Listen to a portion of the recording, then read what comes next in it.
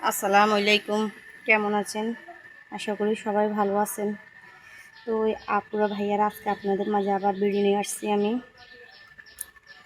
তো দেখেন আজকে কী রান্না করতেছি। আজকে রান্না করব মরিচের শাক, মানে আমরা হাইসার শাক বলি। হাইসার শাক দিয়ে দেশি চিংড়ি মাছ দিয়ে, দেখেন দেশি চিংড়ি মাছ দিয়ে, যে দেখেন আসলে দেশি চিংড়ি মাছ পাওয়া যায় না, তো আমার থেকে শাক দিয়ে আপনাদের ভাইয়াকে বলছিলাম। ওই দিনও দেখছেন আপনারা একটা ভিডিওতে আমি দেশি চিংড়ি মাছ নিয়ে আসছি। চিংড়ি মাছের অনেক দাম, তো আজকে আবার মানে চিংড়ি মাছ আনলাম যে শাক দিয়ে রান্না করব।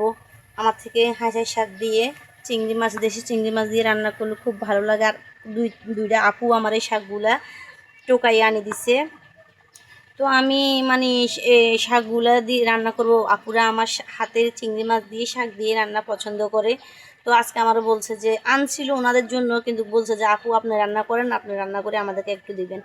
তো আজকে মানে আপুদেরকে শাক রান্না করে দিব। আর এই যে তেলাপিয়া মাছ দিয়ে কারকল দিয়ে রান্না করতেছি। কারকলগুলো কষাইতেছি এখন। এই যে তেলাপিয়া মাছ দিয়ে কারকল দিয়ে কষাইতেছি। তো আজকে এতটুকুই রান্না আমার। আর এই যে ছোটো মাছ রান্না করব। ছোটো মাছ রান্না করব দেখেন।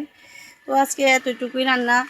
তো এই রান্নার কালারগুলো কেমন হয়েছে, এই যে কারকলে বসাইছি, কালার কেমন হয়েছে, বা কার কার হেঁচের শাক পছন্দ, মলচের শাক পছন্দ। আমরা কে হেঁচের শাক বলে, কে মলচের শাক বলে। আমি তো মলচের শাকও বলি, হেঁচের শাকও বলি, দুটোটাই বলি। তো আর কে কী বলেন জানি না। তো যদি আপনাদের কাছে ভালো লাগে অবশ্যই জানাবেন।